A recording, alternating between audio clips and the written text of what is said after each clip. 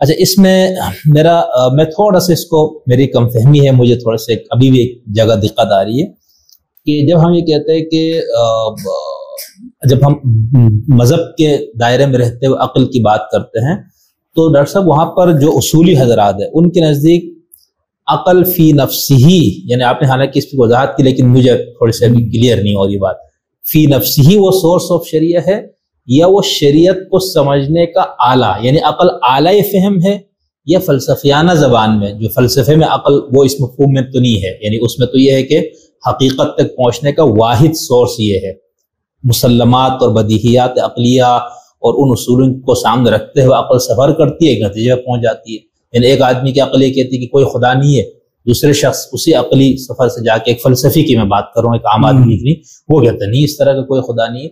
تو ہم جب مذہب کے پیراڈائم میں یہ بات کر رہے ہیں تو وہاں پر عقل سے کیا مراد ہے؟ اعلی فہم یا حقیقت تک پہنچنے کا ایک سورس؟ عقل کا شریعت میں کردار اتنا رکھا گیا ہے اور ہے کہ عقل بنیادی طور کے اوپر نص کو سمجھنے اور اس کے اطلاق کی جو صورتیں ہیں اس میں وہ مدد دیتی۔ جو چیزیں عقل کے دائرے میں نہیں آ رہی یا عقل اس کو سمجھ نہیں پا رہی ہے تو ان چیزوں کا انکار نہیں کرنا چاہیے، بلکہ عقل کو مزید استعمال کرنا چاہیے اور اس بات کو کرنا چاہیے کہ وہ باتیں مزید آشکار ہوں۔ صحیح، یہ وہ چیز ہے کہ جس کو ہم دانش عہد کہتے ہیں۔ ابھی ہم نے اپنے کچھ پوسٹ میں بھی اس لفظ کا استعمال کیا ہے۔ دانش عہد کے معنی یہ ہیں کہ جیسے اب دیکھیں دانش عہد میں کیا ہے، آج بھی اگر آپ خبر نامہ سنیں گے تو اس میں آپ کو کہیں یہ کہتے ملے گا نیوز کاسٹ کہ سورج اتنے بج کے اتنے منٹ پہ طلوع ہوگا اور اتنے بج کے اتنے منٹ پہ غروب ہوگا۔ یہ دانش عہد ہے۔ حالانکہ سائنسی دانش یہ ہے کہ نہ سورج طلوع ہوتا ہے نہ سورج غروب ہوتا ہے۔ اب وہ اس کو یوں نہیں بیان کرتا کہ زمین اس طرح سے حرکت کرے گی کہ اتنے بجے جو ہے وہ اس کا قرص آفتاب نظر نہ آئے اور اتنے بجے پھر نظر آنا شروع ہو جائے۔ ایسا ہی ہے۔ یا قرآن مجید میں ہے کہ حضرت ذوالقرنین جن کا نام لیا جاتا ہے کہ انہوں نے سورج کو گرم پانی کے چشمے میں ڈوبتے ہوئے دیکھا۔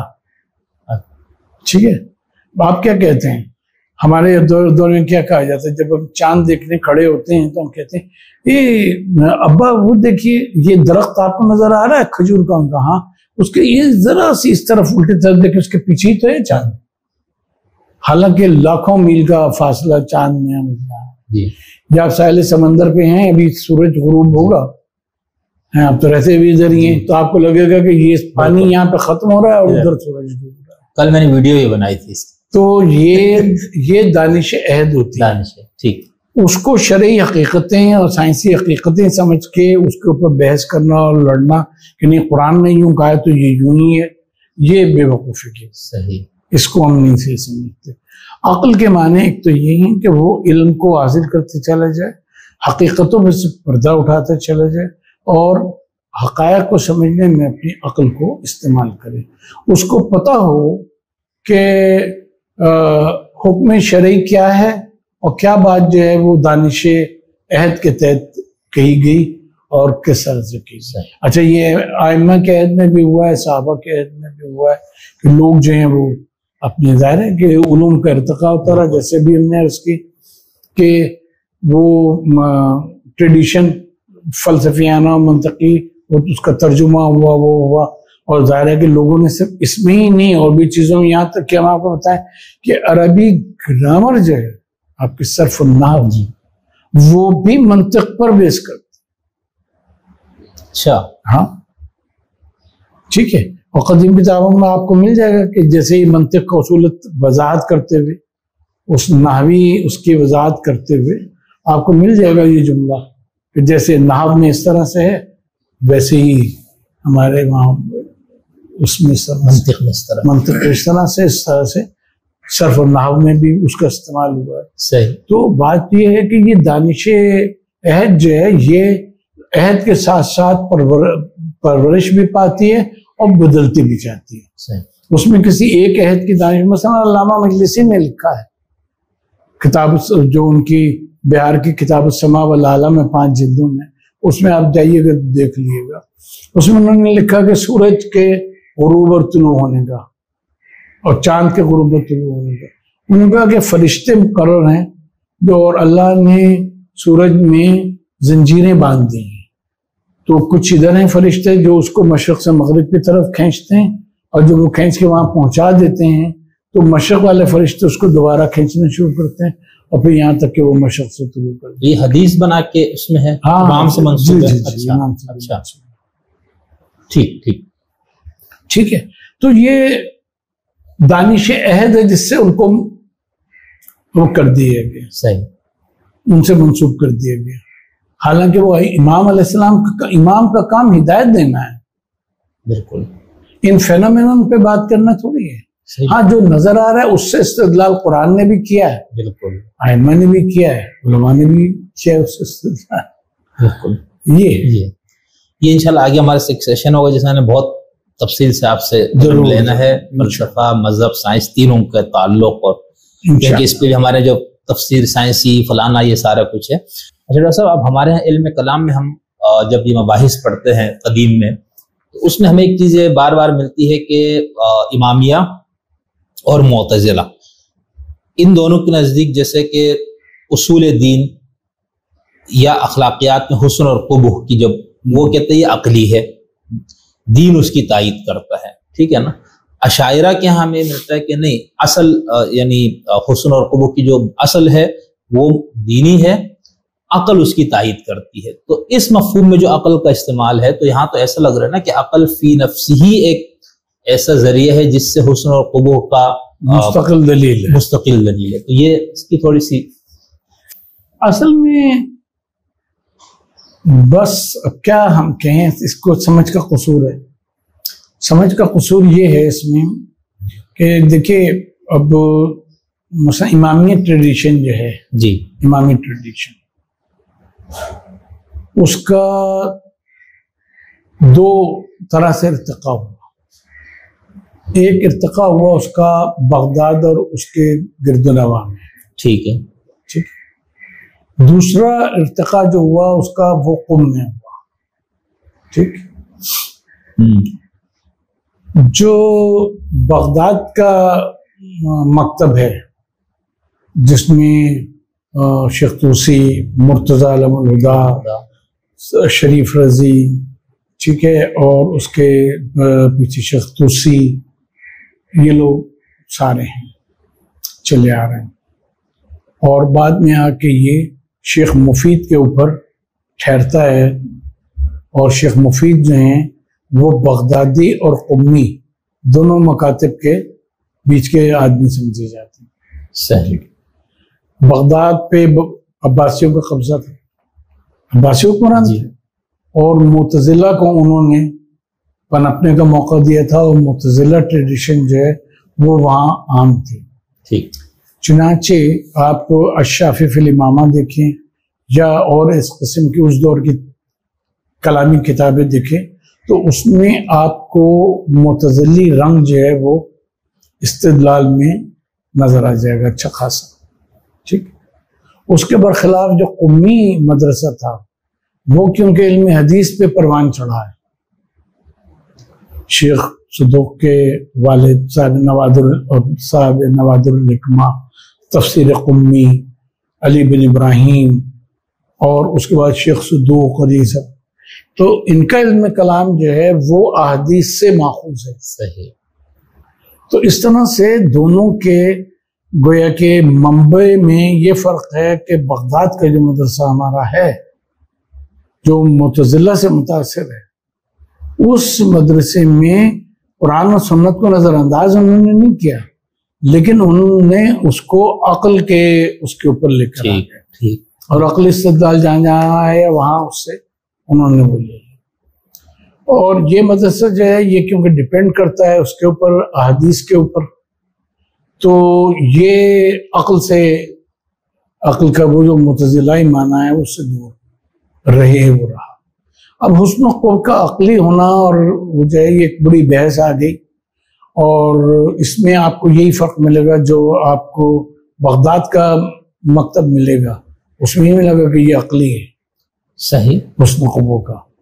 لیکن یہاں یہ ملے گا کہ اچھائی حسن ہے، قبو ہے، لیکن اس کی تائید اللہ نے کی ہے تو ہے. اگر محض عقل کہے کہ کوئی چیز اچھی ہے تو وہ اچھی نہیں ہوگی. اچھا اس کا مثال کیا دیتے ہیں؟ اچھا یہ قمی مکتب میں باقاعدہ قمی مکتب، اس کی مثال وہ کیا دیتے ہیں؟ اس کی مثال وہ یہ دیتے ہیں کہ اگر کوئی یہ سمجھے کہ میرا یہ فعل کہ میں کسی دوسرے کی چوری کر لوں یا اور کچھ ہو کر لوں، میرے نزدیک اچھا ہو تاکہ میں کسی بیوہ کی مدد کروں، یتیم کو پالوں، تو میرے نزدیک تو عقلاً یہ ٹھیک ہے، لیکن ایک شرعاً یہ غلط ہے.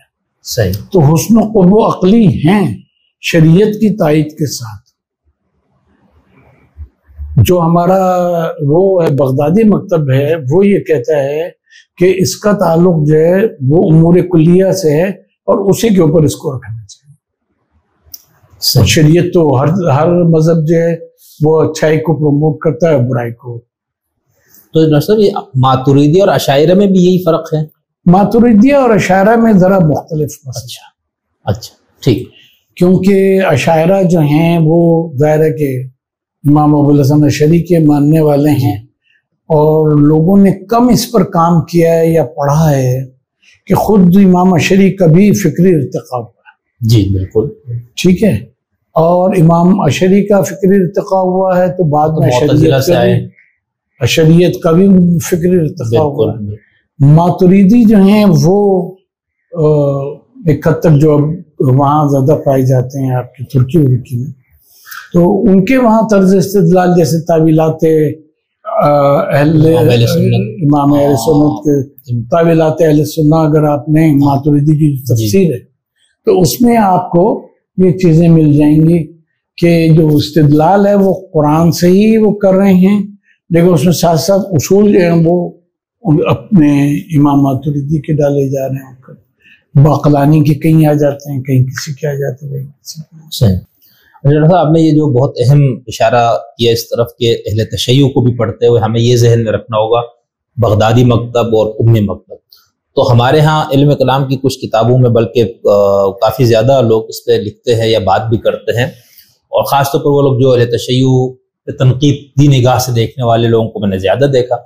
ان کا یہ کہنا ہے کہ اثنا عشری شیعہ جو ہے یا مکتب امامت والے، ان کے تو سارے جو اصول ہیں یعنی سوائے امامت کو چھوڑ کے وہ سب معتزلہ سے لیے ہوئے. اس میں کس حد تک سچائی ہے کہ ہو بہو لیا ہوا ہے، یا اس کو تو آپ نے تسلیم کیا کہ بغدادی اس پہ اثرات ہیں، لیکن یہ ہم نہیں کہہ سکتے کہ جس طرح کچھ لوگ کہتے ہیں یہ وہاں سے لا کے انہوں نے اس کو شیعہ رنگ دے دیا.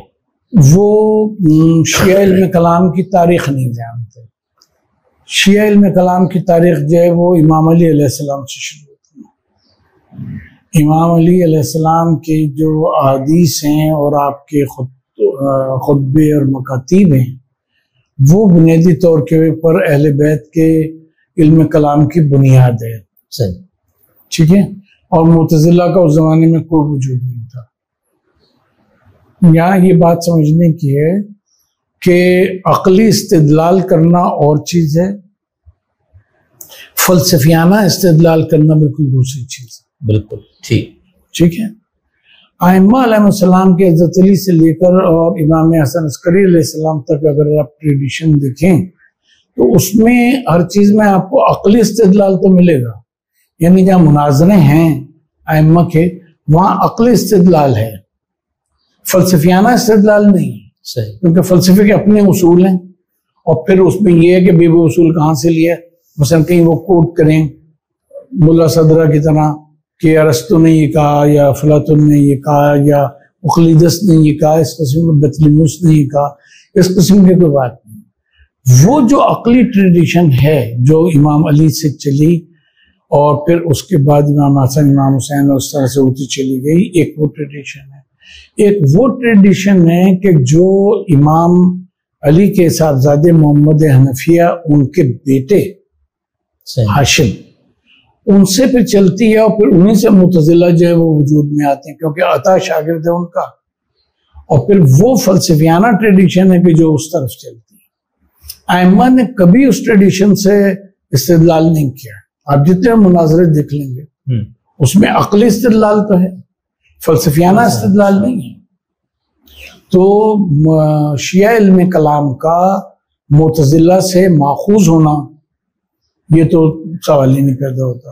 ہاں یہ بات ہے کہ کیونکہ ظاہر ہے کہ خلا میں اور ہوا میں تو رہ نہیں رہے تھے. بالکل.